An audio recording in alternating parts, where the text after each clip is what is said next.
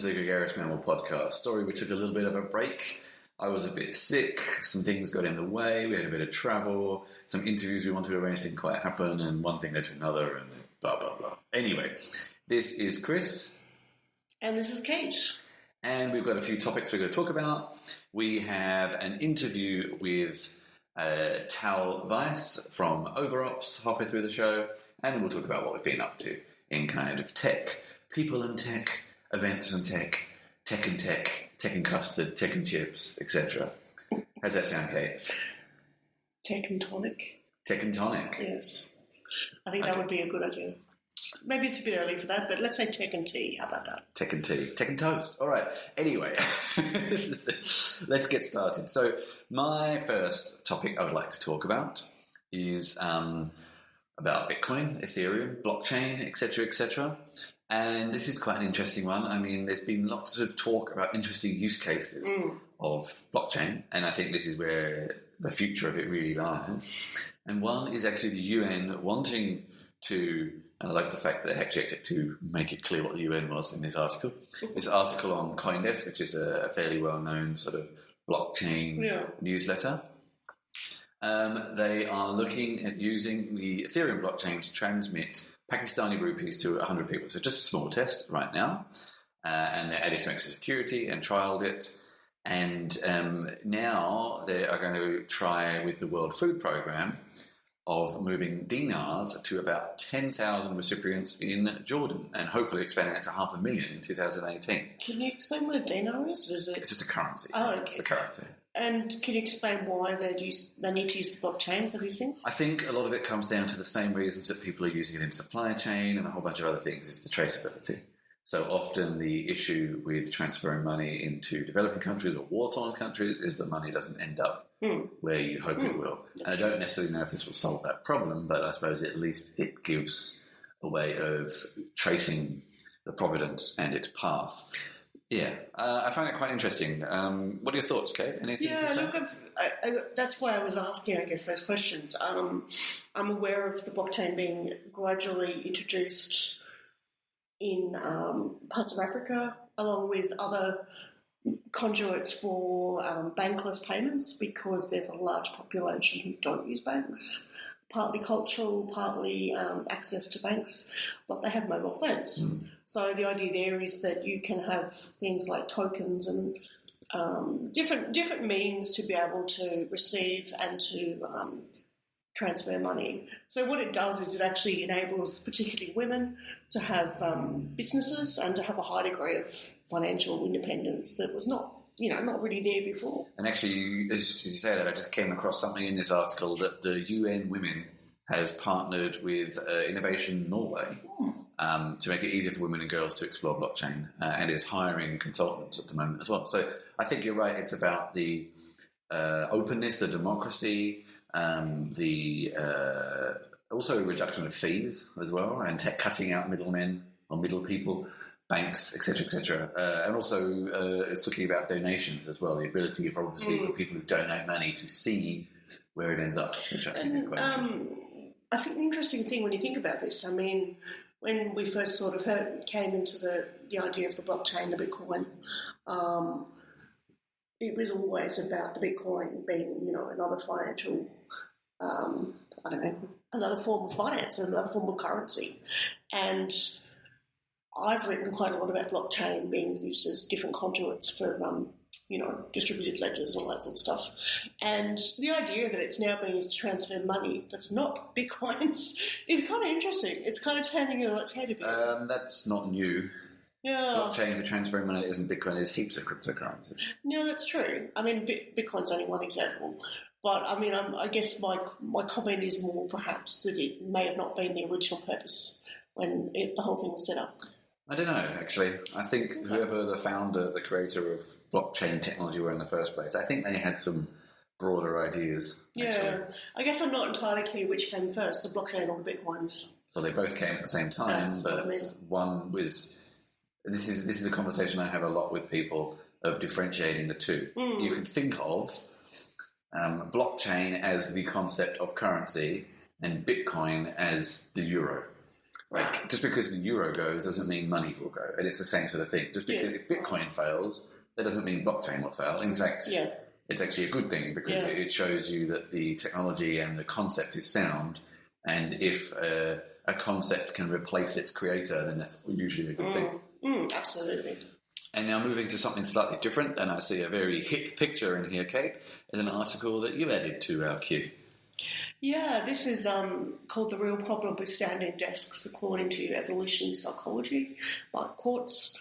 And I've never actually tried a standing desk. Being 5'3", most of them are set up for tall people in co-working spaces who tend to kind of, not take too kindly to people adjusting their standing desk. And basically the tenet of the article is actually based on psychology and the notion that when we stand, we're able to see people, see more people and see them clearer, particularly people that are facing us, obviously. This is, based on the assumption you're not facing a wall when you're in a standing desk.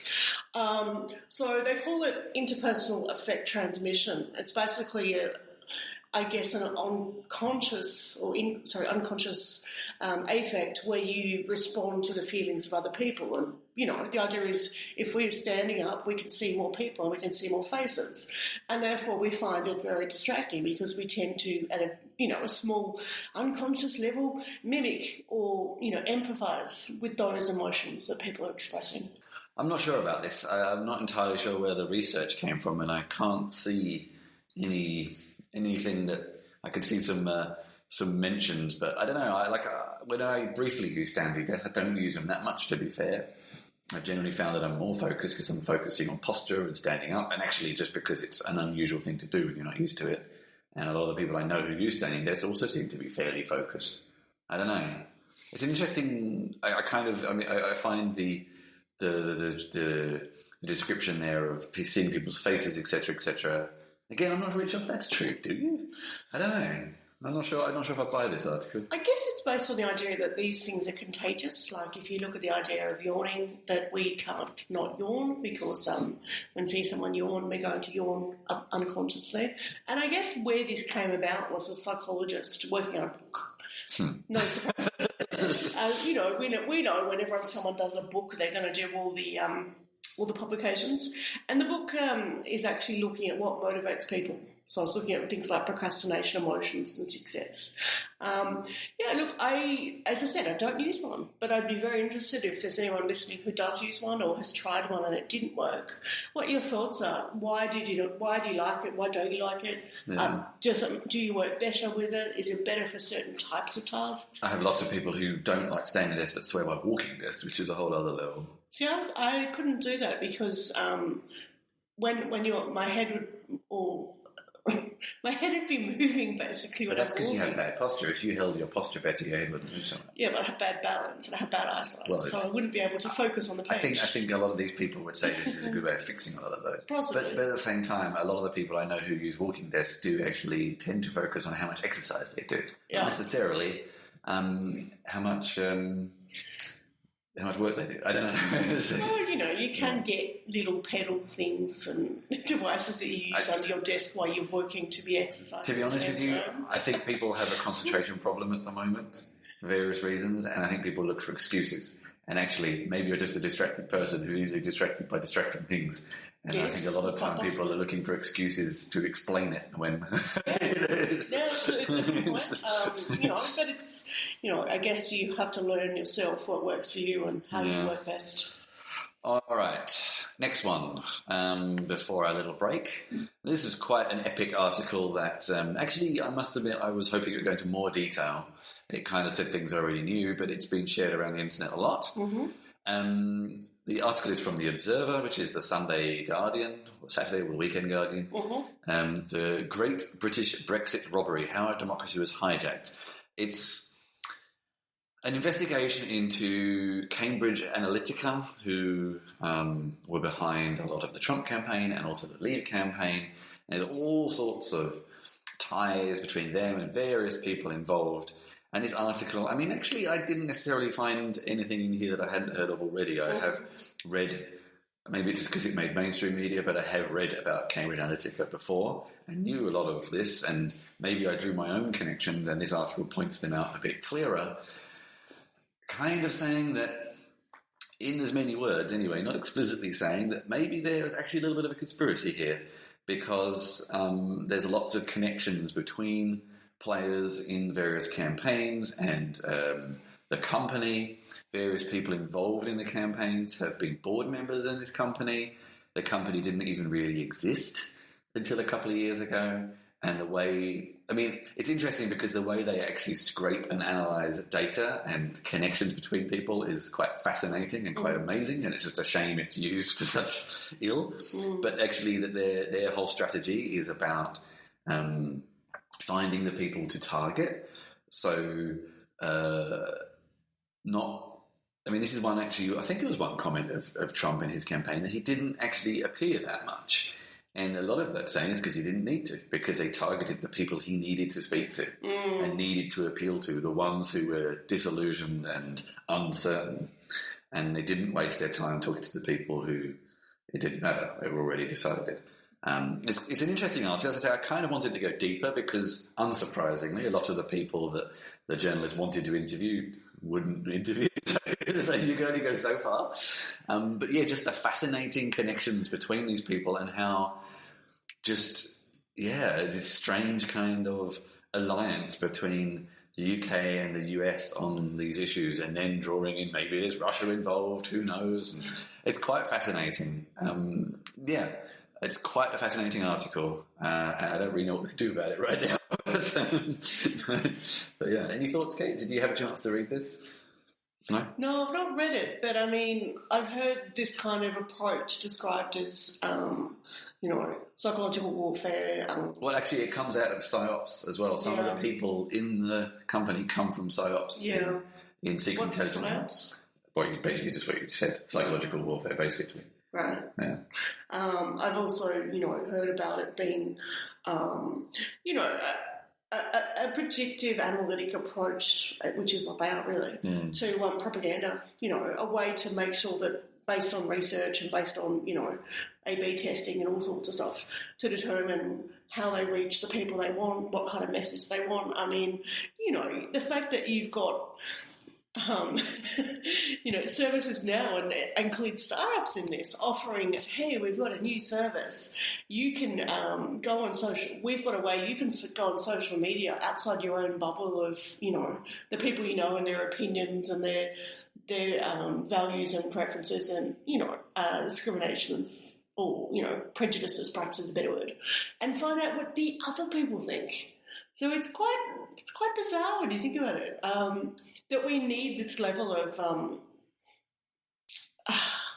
differentiation. I mean, the fact that, it's suggesting that we are so far removed from other opinions outside of our own, unless we are approaching them as an amusing tool, perhaps, in our social media. Yeah, I mean, this is getting to a slightly different subject. Right. I think actually I'd like to pick up on what you said about that we need. I don't think we need them. They're just much more effective than phone canvassing and things. I also find it interesting because in the UK and the US, polling was completely off as well, like that's traditional polling.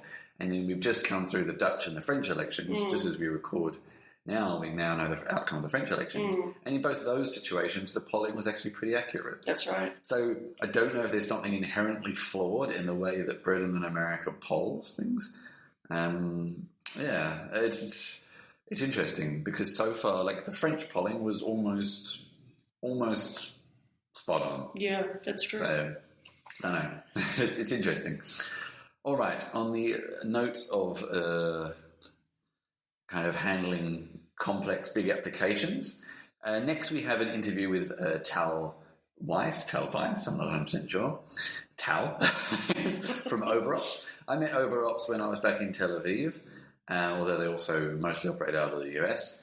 They are a very sort of deep tech company providing error logging and stack tracing, full stack tracing for any Java VM, so JVM-based applications.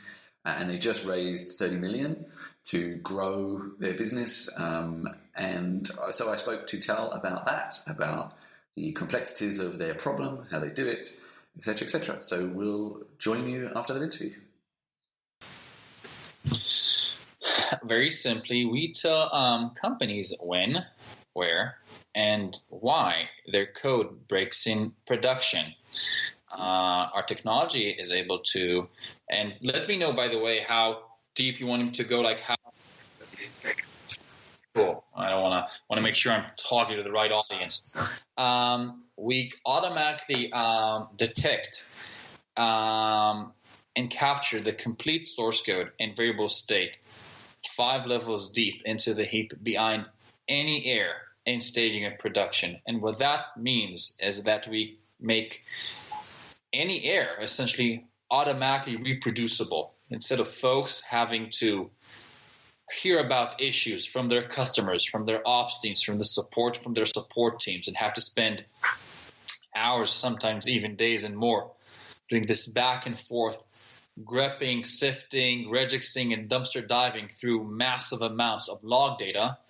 Here, they can automatically, the second something breaks, something new is introduced, they get an automatic push notification through chat ops, through Slack or HipChat, or even as a Jira ticket, that with one click, they can see, again, the complete source code. They can be variable state, 1,000 times more variable state information that they would ever get through a log file. See the complete state of the JVM. Everything they would ever need to reproduce and fix that issue is now automatically delivered to them in both traditional monolithic environments and then in the most web scale microservice modern environment. And that has enabled close to 300 of our customers, including companies like Comcast, Fox, Nielsen, TripAdvisor, Zynga, some of the world's largest banks and healthcare companies, to reduce the time it takes them to detect and resolve critical issues and to ship new software into the market by orders of magnitude. So why and when did OverOps begin? What was the reasoning and the story behind it? For sure. So as a kind of founding core team, OverOps is kind of our second company as a group, and this is my second company as an entrepreneur. And the first one was it was in a completely different space, like computer aided design in the cloud. You could not be any more different. But it was the company did well. It was backed by good folks and was acquired by Autodesk and became what is now known AutoCAD Web and Mobile. AutoCAD is a very, very big product within that space. And we essentially kind of took that and put that into the cloud and made that accessible through the web and through mobile. And that became a really big success for the company.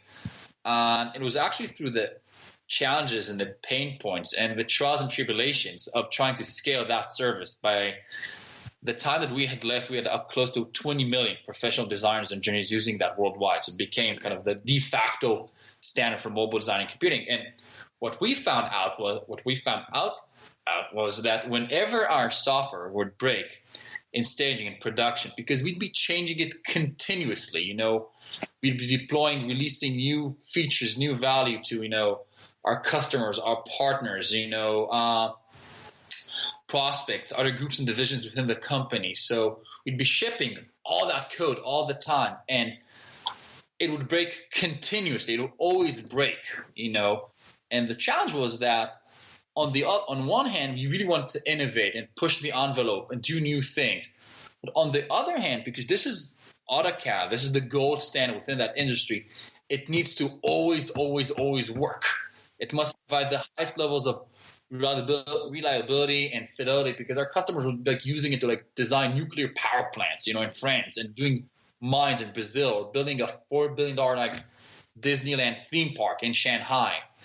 And what we found out, to really get to your question, that whenever our software would break, our best people would still have to sit down and sift through massive amounts of log data for days and hours on end in search of a cause.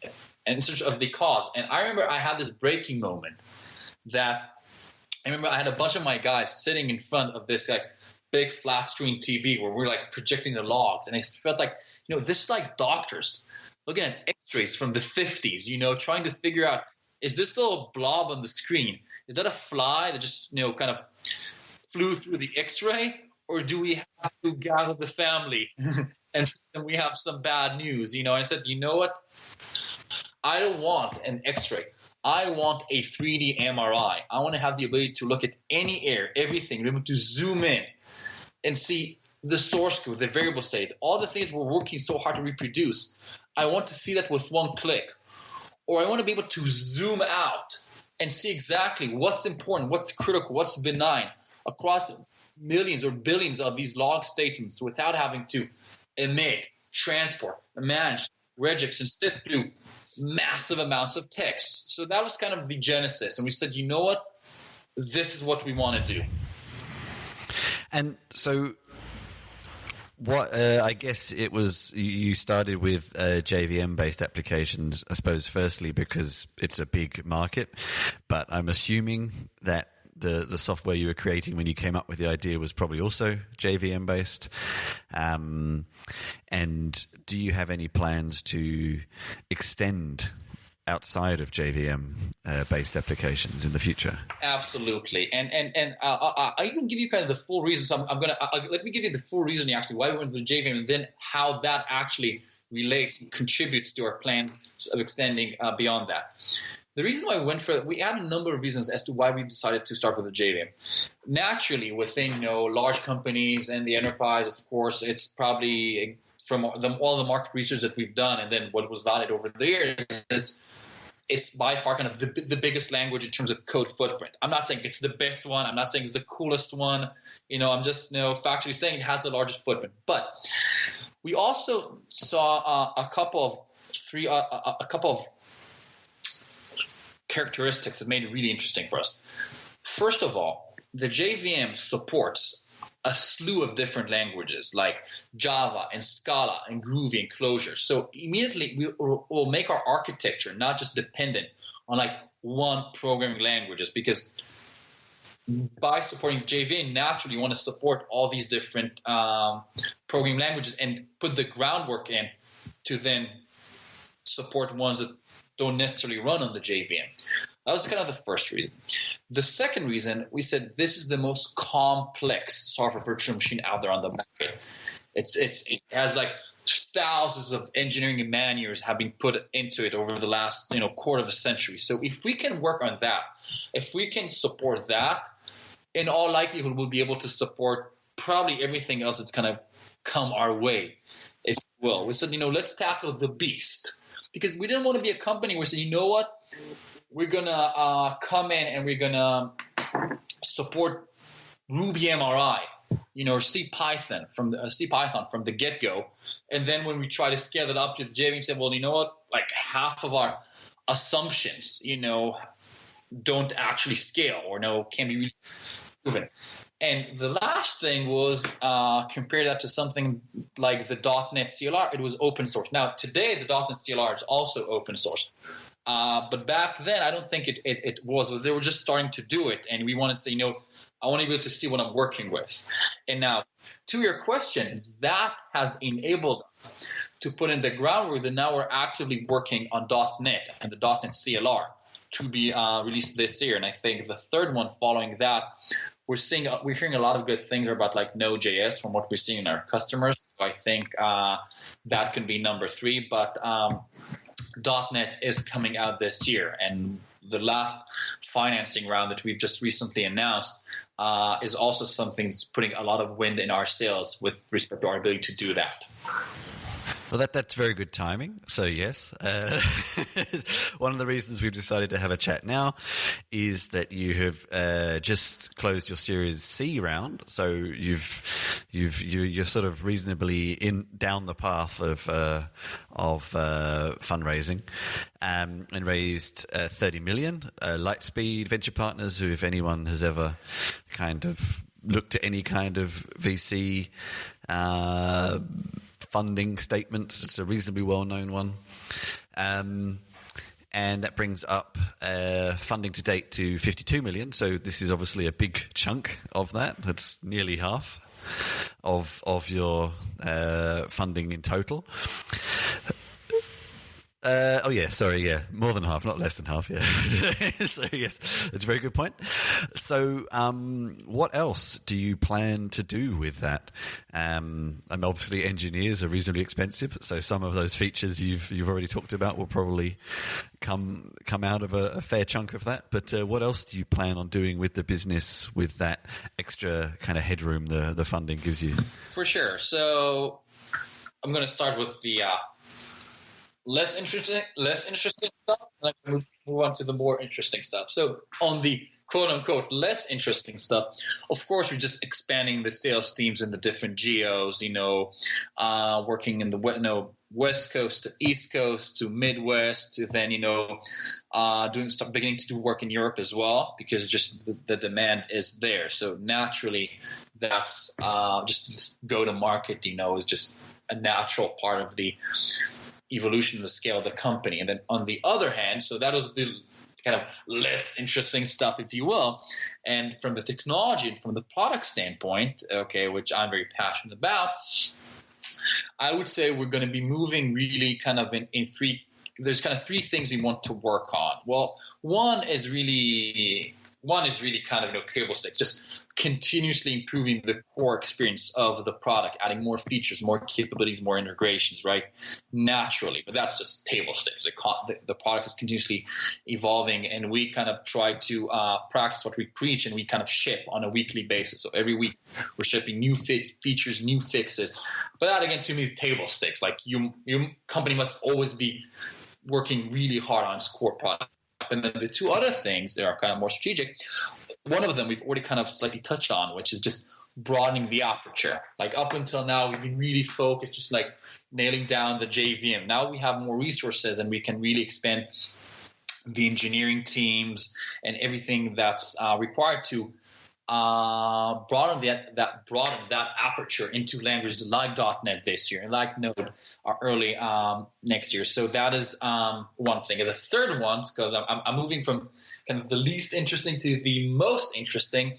The third one is, also beginning to look at other use cases beyond just, straight DevOps, because what makes OverOps unique is its ability to, unlike something like a straight log analyzer, just parses, text files. And let me, by the way, is there any noise behind me? I hear some noise behind me in the background. So are you still good from your end? I don't hear anything. And, I've actually got some in my background, but it's all right. It's fine. Just wanted to make sure I'm not introducing any static. So most interesting, going back to the most interesting stuff is, if you look at something like a traditional like log analytics solution, like a Splunk or like an Elasticsearch, what they do is they essentially parse and index the textual output that an application emits. It takes the log data and just ingests and indexes that without understanding whether or not the information that it's indexing, it's something that's coming out of a mission critical application, or whether or not it's just ingesting the complete works of William Shakespeare. It's just text. What OverOps is, what makes OverOps different is that OverOps doesn't index the unstructured textual output that's emitted by the application. It actually indexes the code that's running live in staging of production. It indexes the actual code, developing a super deep understanding of the DNA, the genome of the application as it is mutating as a live organ, what's continuing changing, being redeployed. Organs go up, organs go down, right? Because it's elastic and new code is being deployed. It analyzes the code that's being deployed and it's executing. So it's understanding not just what the application does. Here, I've given you a bunch of text statements. It understands why it's doing it. Why that state come about. And it's there in real time. You operate between the software virtual machine and the processor. And that enables us to understand to intercept these events as they are happening and have a deeper understanding as to why they're happening, and as a result of that, have the ability to optimize them. So, for example, with the core product, you've just introduced a new error. How do I even know that it's new? Because I've been tracking how the code is mutating, and I know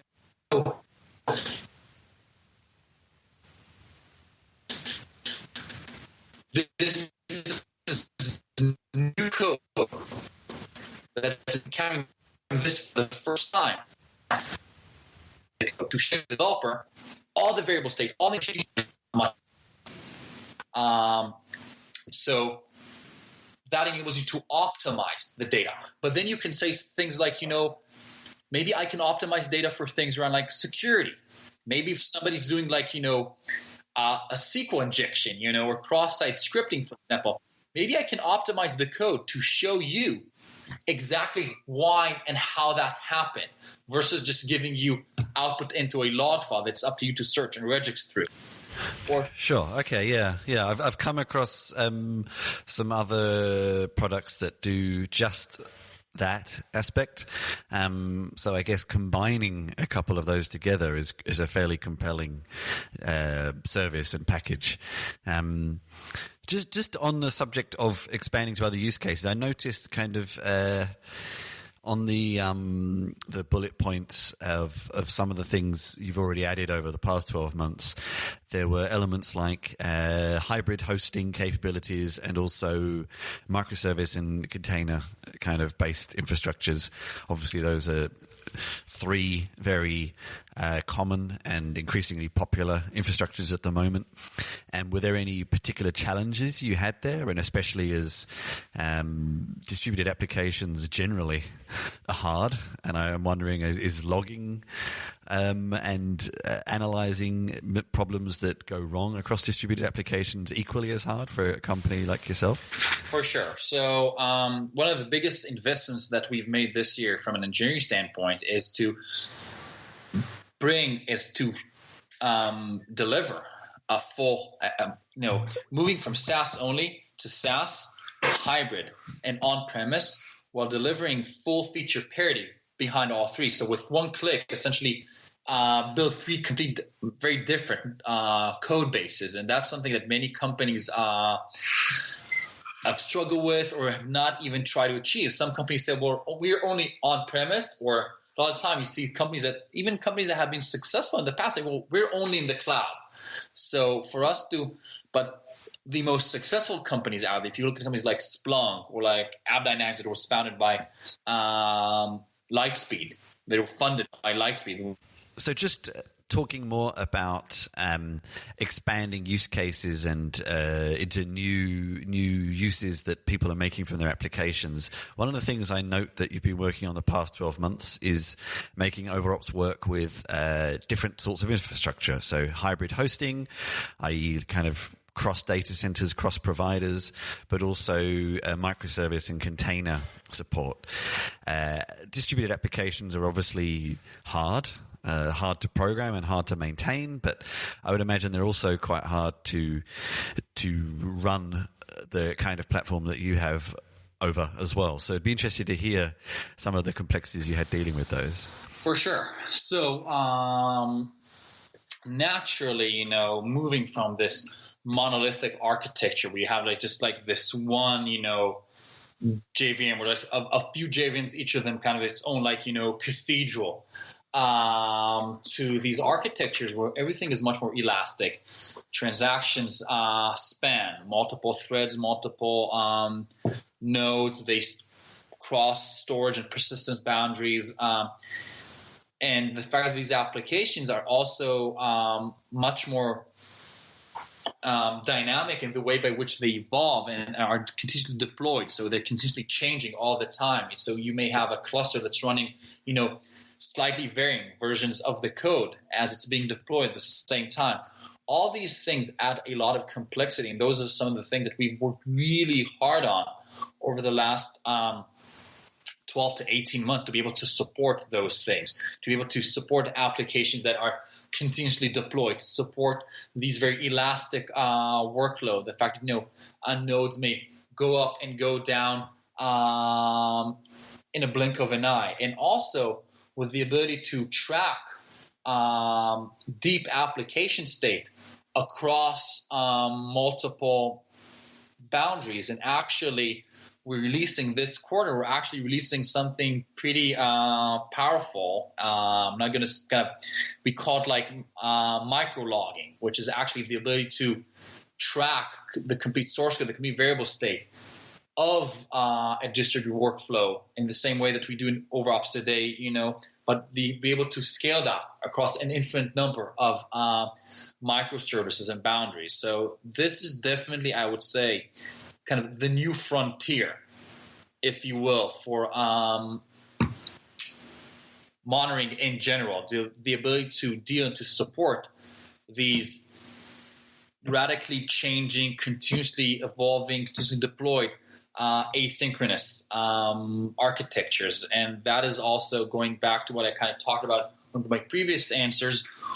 One of the things that we'll be applying some good capital that you've just raised to really double down on those use cases, because that is truly where the pain is at right now for a lot of modern web scale companies. It's quite amazing, despite all the features and functionality that OverOps has and will have again in more in the future. Here we go. I can find it. Yeah. You add just 1% CPU and very little network overhead. No specified numbers, but very few. And I mean, without going into detail, because you probably don't want to, how did you do that? Just in as much detail as you could say. For sure. So this goes back to kind of what is the key differentiator between us and other kinds of technologies that have been around, which is instead of trying to kind of just deal with the output, just parse all that log data, what we do is we kind of extend the power of the local software virtual machine, be it the JVM or the .NET CLR, and into what we call a master VM, a CVM, a cloud virtual machine, something that enables us to analyze the code that's being run in staging and production across the entire cluster in real time. And that ability to analyze and to understand the code and having the ability to do that not locally, where we'll be essentially adding overhead to the production node, by doing that outside of the proper production environment, if you will, enables us to offload tremendous amounts of the virtualization work, if you will, of the code. Essentially, if you look at a software virtual machine like the JVM or the .NET CLR, right, all the work that they're doing it locally, which means every CPU cycle that the JVM takes for itself it's a zero-sum game. It's directly taken away from that which is available to the application, which really limits the power of the local software virtual machine. By taking that load outside into the cloud, be it a private cloud or a public cloud like AWS, gives you the ability to offload, again, that performance overhead, but also to be able to see the code at a macro level, which really goes back to how you support microservices, distributed transactions, because you're no longer looking at the code. It's just what's running locally on this JVM or on this node, but holistically, what's running across the entire cluster. And that gives you kind of those superpowers to optimize the application at such a low performance overhead. So does that mean there's a slight kind of delay in identifying problems? It's not completely instantaneous? So what the technology does is it's a learning system. So what it will do, the first time it encounters a problem and it has not had the chance to analyze it just yet, it will give you kind of a basic analysis of it. And then in a matter of seconds, because that's usually how long it takes, the system can react in like seconds, it will then send that over for optimization and analysis, and then the node will be then dynamically optimized to give you better and ever increasing results. So I would say this. The system is a learning system. So it will not be maybe as efficient or will not give you the best optimal kind of data the first time around, but in a matter of 5 or 10 seconds, it will begin to optimize itself and begin to give you better and better answers for it, which is really similar to how a normal software virtual machine works. If you take a look at like how the Java virtual machine works, initially when it executes code, it does so in a very kind of naive manner. And then as it learns more and more about the code, because the JVM itself is a learning machine, it begins to optimize, to dynamically compile it, to do all these dynamic optimizations. And essentially, we follow suit because essentially we essentially kind of apply those same set of principles of dynamically optimizing and learning, so to give increasingly better results. Mm-hmm. Okay, cool. I mean, it's a super interesting piece of technology. I guess just to round off, can you give me an example of a client kind of story where, by using OverOps, they really solved a major issue they were having and really helped kind of their workflow?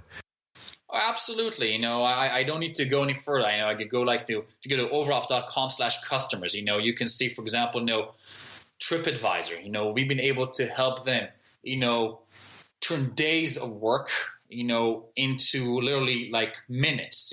They spoke last year at QCon, sharing, how they've been able to dramatically reduce the time it took them to detect and resolve critical issues in a PCI level 1 compliant environment.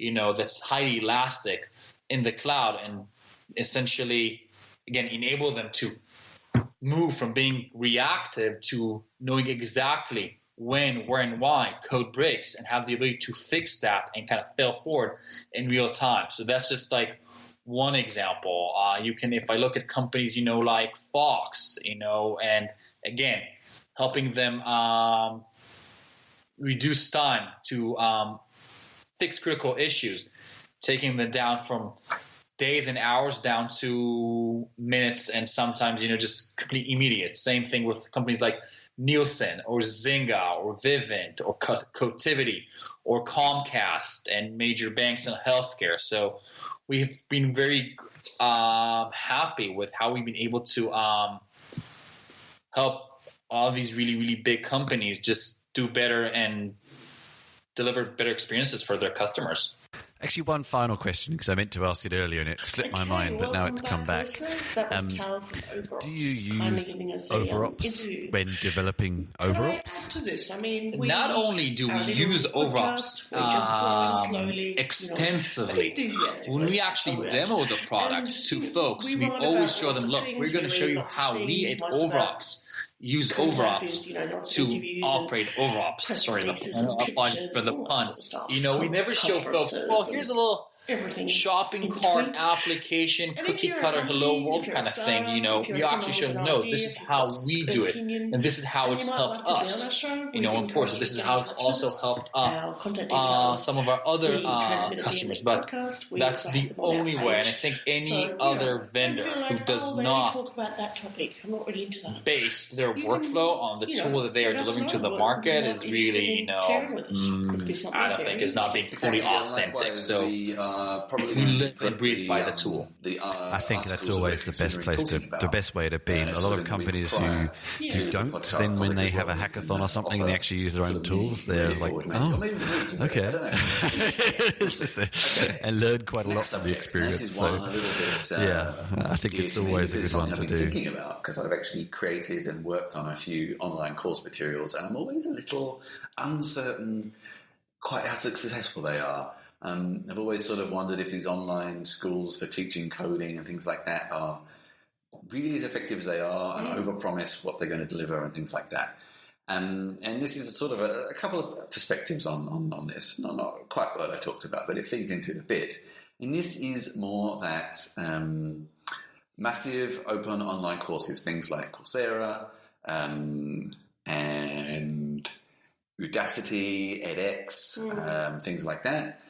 When most of them started, they were free.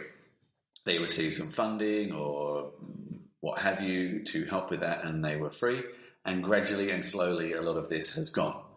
a lot of the dream and the idealization, if that's a word, of making, democratizing education and bringing it online and moving it out of the hallowed halls of $20,000 universities is somewhat being chipped away, and they're actually struggling a bit and trying to introduce costs. And how successful will they be? And each this is an article on Freenode Camp on Medium. It's quite interesting. It goes into detail about what they used to do and the kind of business model they're now offering and the problems they had. And again, the ones that are backed by traditional universities have a bit more flexibility, and these tend to be very well-known universities, so they have credibility anyway, and this is often the issue.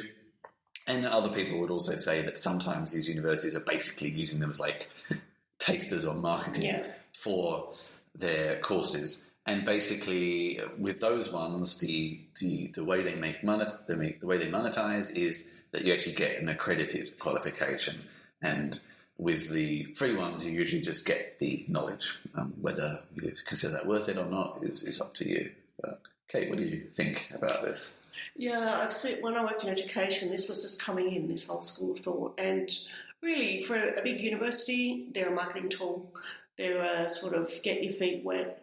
We'll give you a slightly generalist course. It will give you some knowledge, of course, but if you want a qualification at this time, it was if you want a professionally recognised certificate or something like that. And by this, I mean a course inherent in that is a course that's been planned. The deliverables are very well executed. It has online support and tutors. It has group discussions. It has ways to contact each other. Of course, tech has made this easier. But really, what they're offering in those kind of courses is a taster of a professional experience. There's a few things I'd say about this kind of stuff. I mean, firstly, I think people grossly underestimate how difficult it is to study online. It's not only the motivation factor and the time factor, but it's also we learn in different ways. And most people find, particularly if they're learning something new, which, language, learning tech is a new language. Learning a language is a new language. To give you an example, I know how many people come to Germany here and say, oh, I've got a phone app to learn Deutsch, so I just use that. And if you go and do a class once a week, even once a week or twice a week, you will pick up tenfold in 2 or 3 weeks than what you would do on the app. And one of the reasons there is the apps are so painfully boring. The way they teach is repetition largely, so they get really dull. I think a lot of it's motivation as well. When you're forced to go somewhere for a couple of hours a week, you time box it. Whereas an app, it's like, oh, I'll do it in 5 minutes. Yeah, and I think as well with these, the bigger issue that comes out for me is, again, as someone who's worked in universities, there's a real nexus between the university qualification in tech and the real life workplace experience in tech, and whether I guess the thing I've heard said a lot, and I agree with this, and I include my work in this as well, anyone in tech, in any capacity working in tech, you are going to be learning forever. It's not like you go to university for 4 years or 3 years and you're done. You will be learning constantly. What a university can do is give you a very good framework. It not only teaches you sort of your basics, but how to learn, different strategies for learning and all that sort of stuff, discipline, motivation, blah, blah, blah. And most, every workplace, I think anyone knows this who's worked for someone besides themselves, even for freelancers, of course, every workplace has their own way of doing things. They have their own preferred programs and protocols and all sorts of stuff. So can a course teach you enough? Like, if I go and do a C+ course or a Java course, and then I go and I start applying for jobs, am I going to get a job? How much are these courses selling the expectation that you will get a degree from them? Or sorry, you'll get a job from them. I think one of the selling points for a lot of these in the first place was that actually in a lot of the world, having a degree qualification doesn't mean as much as it used to. That's right. And actually, if you can be motivated enough just to learn the knowledge, especially in tech, where there's a lot of demand for people who know what they're doing, does it matter? Does it matter if you've got a qualification? If you know the subject? I mean, it's actually a really good issue, and it may be something we can talk about further on another episode, because it is something I see also with writing, like tech journalism, or any type of journalism, of course. This idea that people come in and they do a journalism degree and they want to get a job as a journalist, quote unquote. And there's a whole school of issues around that, and it's interesting because I think this is fundamentally changing the way we work in jobs. And in a similar vein, and this is something I think is actually, I have my own feelings on it. We'll come to it in a minute. This is another article from Quartz, strangely. We both seem to have been on there this week, about states. So I guess this is talking about the US, but actually I have heard of this happening in other places. Moving to cut college costs by introducing open source textbooks. Now, I studied computer science, and I studied computer science in the early 2000s, and I bought all the textbooks I was recommended in the first year and never used them and didn't bother again. Never. No. Even when I was at university 12 years ago, I didn't really need textbooks on a computer science program. I could find most of what I needed either in a library or online. Even then, so I would think now that's even more the case. Obviously, you start to have issues around quality and things like that. But, I mean, if we consider open source textbooks to be something like Wikipedia, and Wikipedia has its own issues, then the peer review process would hopefully mean that in some respects, actually, I would say open source textbooks could be better than closed source textbooks. Because closed source textbooks are just the opinions of 2 or 3 people and can be biased. It's interesting. And I think, I even remember, you can look on a chart here on this article about how expensive textbooks are. I actually just released a book myself, we'll come to in a minute. And I was actually, this is not a textbook, but it's a tech book. And I was frankly surprised how expensive it was. These sorts of books are still very expensive. The process of making them, I guess, is costly, but it adds a lot of cost on to a student's life who already in lots of parts of the world are paying lots of money. So I find it an interesting idea. And it's interesting that it's coming from the colleges, not the students, actually. What do you think, Kate? Yeah, it's a good issue to have fleshed out. I mean, if I can talk to the other side of it, I worked and studied in humanities. I did criminology and sociology. When I was a bit younger, I did creative writing and English and that sort of stuff, literature. These are not prestigious courses in terms of financial remuneration. We're in an era of education where the idea of the tenured employment role, where people can work in job for life, is not there. Most academics these days, and that I include, with the preface, those that are left, are not being replaced. They're being in situations of working casually or on contracts. And for most of them, a textbook was a big part of their income. So it was inevitable that if I was to do a course on, say, youth criminality, that the leading youth crime researcher, who was based at the university, would be, we would be using his textbook. That was inevitable.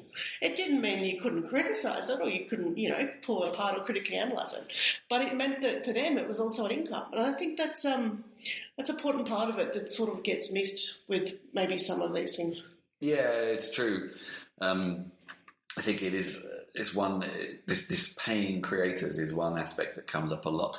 One thing in this article is they're talking about giving people mini grants for helping contribute to these books, but actually looking at the amount, it's not a tremendous amount. You don't make much as a book writer, but still, it's not a massive amount. And I think, this is a much wider topic, but this issue of with knowledge becoming freer to access, still giving it value and worth, and encouraging people to consider that. I don't know. But at the same time, I think this is an extreme case because there was a statistic here of saying that since 1978, the cost of textbooks has risen 812%, outpacing the cost of medical services and housing. Not surprised. So I think whilst we could talk about the worth of creativity and knowledge, I think in this case, that people are being overcharged. I'd add one sort of extra to that. I mean, we're in an era, like I referred to earlier, the lifelong learning, where people's learning extends past university. The problem there is once you finish university, there's many publications, unless you're a registered professional, like a doctor or something, you can't get access to without paying a substantial amount per article. And, this is a trend we see in both research and media, the idea of the paywall. So, I think there's other ways that people are looking at this, and they're not always a good thing. Open journals is another interesting subject to look into. Definitely. Okay, here's a final article for the episode, Kate. What is it? Yeah, this is...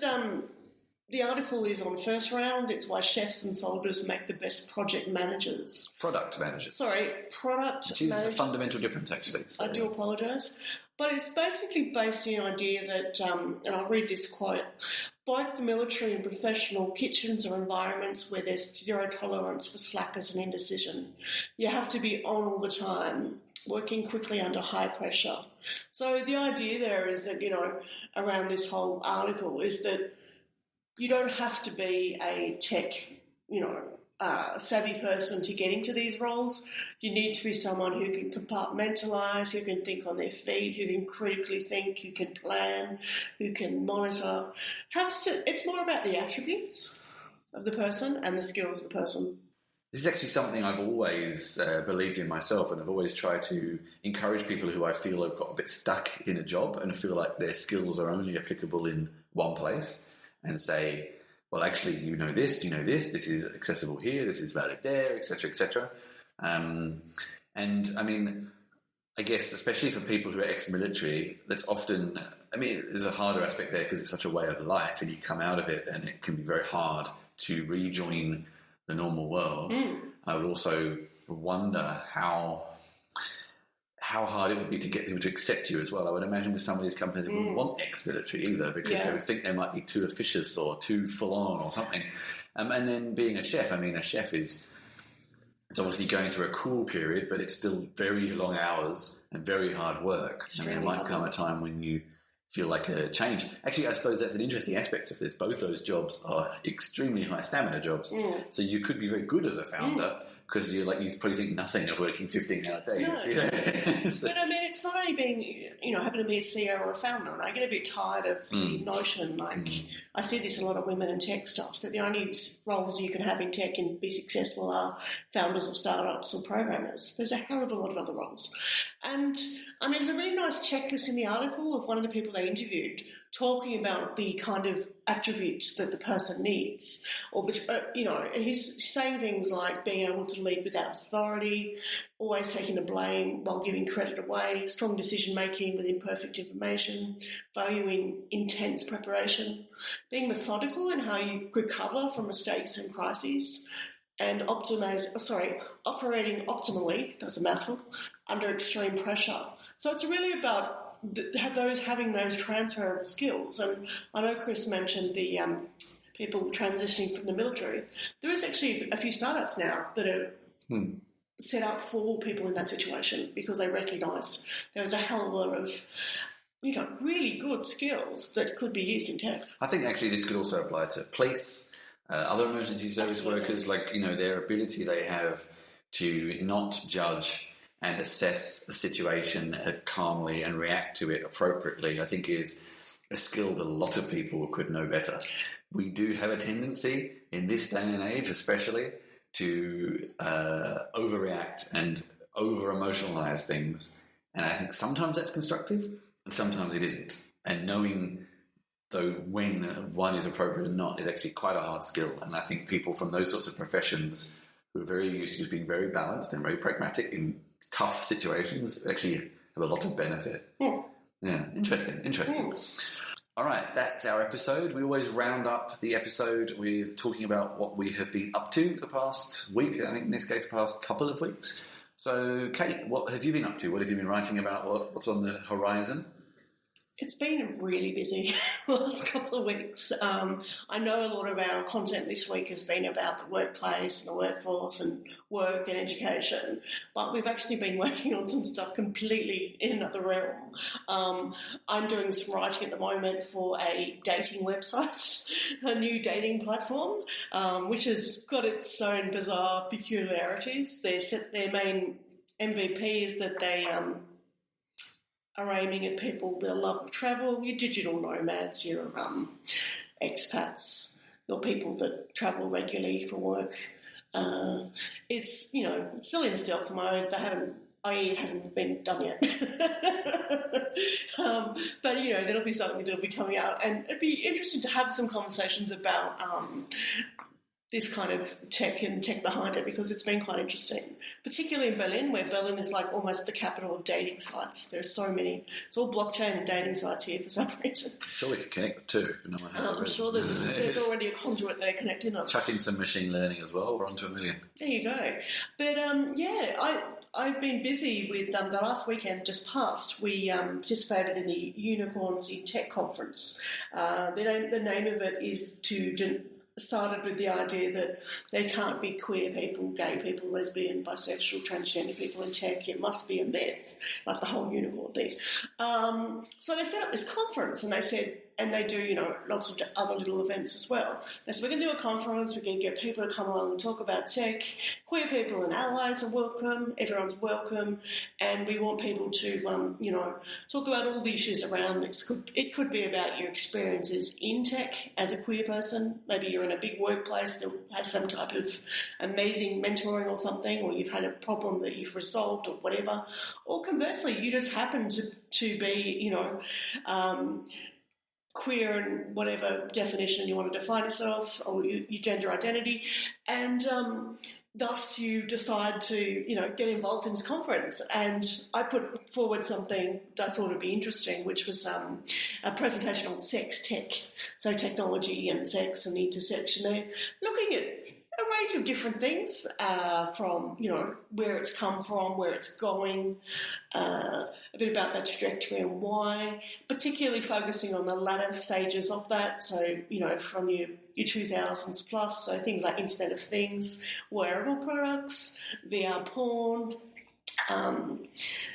Of course, you can't mention sex tech without mentioning sex robots. And more recently, the foray into AI, and machine learning, where we now have algorithms and predictive analytics that can actually get us to know what our body is like sexually and why, and how we can best meet those needs. So, look, it's a massive topic.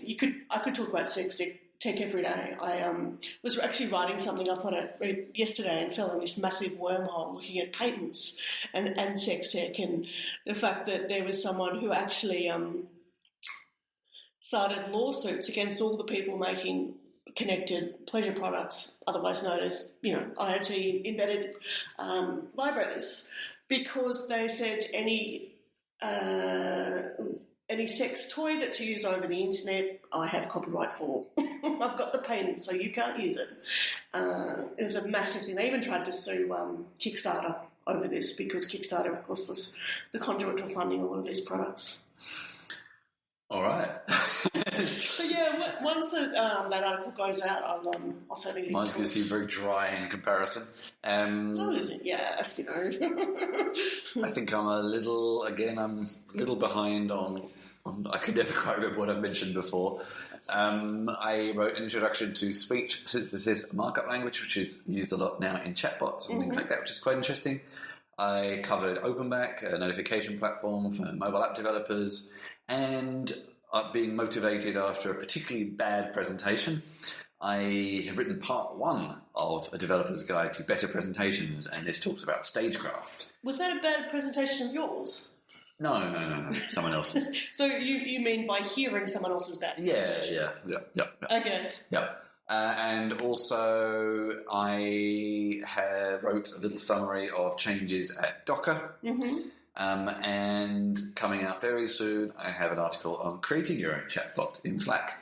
And this week I am this is a reference to any fast fans out there. Anyway, this week I am in Bucharest giving a talk at the iTake conference, and you can also read my roundup of the Unit Festival from yesterday, from Saturday, publishing pretty soon too. And to top all that off, my big thing is the responsive web design book I have been working on for quite a while is finally out. Woo! So go and buy it on sitepoint.com. Yes. We'll put links in the show notes, and that was quite an undertaking. But yeah, I don't know. Sometimes these things are always a bit of anticlimax. I don't know. You expect kind of more, but anyway. Yeah, I did offer Chris a party. We could get some people around, get some booze. Well, that's pretty much any event in Berlin. But Chris is like, well, what? And just have the book sitting there. Have you got a copy of the book? It's coming. It's in the post. Okay, there you go. It's in the post. But it's coming from Australia, to be fair. One other piece of news I have, some very good news. I've got another job, not a separate job. Or a new job in its own entirety, but an extra job because, freelance journalists, we always do bits and pieces here and there. For Design doing their IoT channel. So I'll be bringing you lots of different weird and wonderful IoT because clearly there's not enough on the internet, and, I'm the person who reads and thinks about it and makes jokes with people about it. I've also got coming up a really interesting article for ReadWrite that I have to finish transcribing, where I interviewed 6 VCs about funding IoT and where they're looking at putting their funds and why and what they're focused on. And it really was interesting because it really challenged some of the myths and the ideas that we have about venture capital and the idea of how you, as a startup, say, or a self-entrepreneur, are able to meet these people and connect with them. And, do you go and do an accelerator program? Do you go to pitch events? Do you build your networks independently? What works and why? And there were some really different opinions across the whole gamut of people I interviewed, from people in Silicon Valley, most of them were in Silicon Valley, to people who were in Shenzhen building hardware, venture capital there, to people who were focusing on Europe. So it's super interesting, and as soon as that comes out, we're going to talk about that in more detail on the show. Excellent. Well, that's another episode in the bag. Whoa! And the bag's in the river, and it's floating downstream. I don't know. If you have enjoyed our ramblings, then you can find previous episodes on gregariousmammal.com/podcast. If you have especially enjoyed the show, please rate us on wherever you listen to us, or visit gregariousmammal.com/support. Give us a donation, buy some merchandise. And come on the show. Get involved. Come on the show. Send us an email. Give us some content suggestions. Yeah. We would like to hear from you, because otherwise we just pick them out ourselves. And I have been Chris Ward, which is at Chris Chidge on Twitter and many other places. And I've been Kate Lawrence. Kate with a C, _ Lawrence with an L, AWRENCE. You have to think about that. Oh man, that's a hard Twitter. That's a super hard. Well, it's running out, I have a common name. And on that, we don't actually, because you always have to say with a C and with an L and with a W. Yeah. Anyway, on that note, we will see you next time. Bye-bye.